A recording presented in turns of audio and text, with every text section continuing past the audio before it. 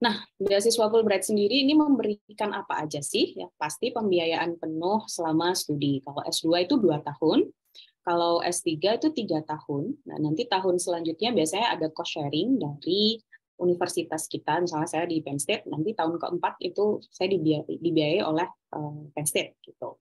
Tapi untuk 3 tahun pertama itu dibiayai oleh Fulbright. Kalau untuk S2 lebih aman ya, karena 2 tahun akan dibiayai penuh oleh Fulbright. Kemudian kita juga dapat domestic travel round trip, ini pulang pergi 1 kali ya, berangkat dan kemudian pulang dari Amerika. Tapi kalau di tengah-tengah misalnya tengah-tengah studi kalian pengen pulang gitu ya, teman-teman pengen pulang ya itu biaya sendiri ya. Terus kemudian TOEFL IBT. Loh, kenapa kok masih ada TOEFL? Jadi sistem unik dari Fulbright itu adalah seperti yang saya tadi bilang, pertama itu boleh daftar pakai TOEFL ITP.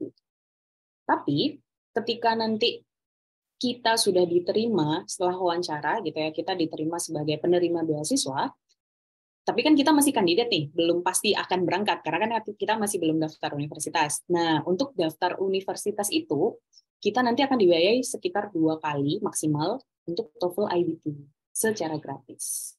Gitu. Jadi ini yang membedakan Fulbright dengan beasiswa lainnya.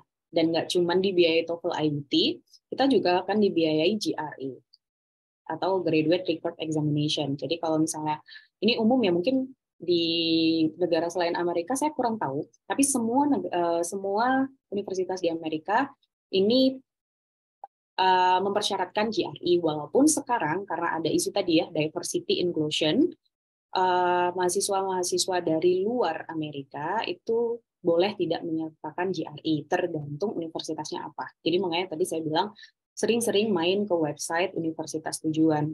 Apakah mereka waive GRE atau enggak? Kebetulan di Penn State itu di waive. Dalam artian admission prosesnya tidak melihat GRE, tapi tetap syarat dari Fulbright kita harus mengambil tes GRE. Gitu.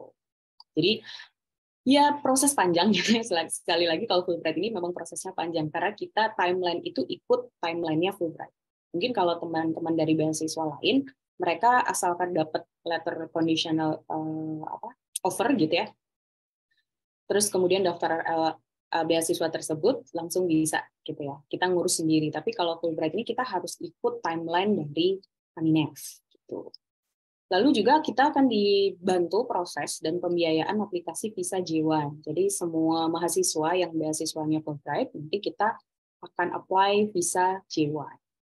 Dan kalaupun nanti teman-teman berencana bawa keluarga, itu juga akan dibantu proses aplikasi visa untuk dependent.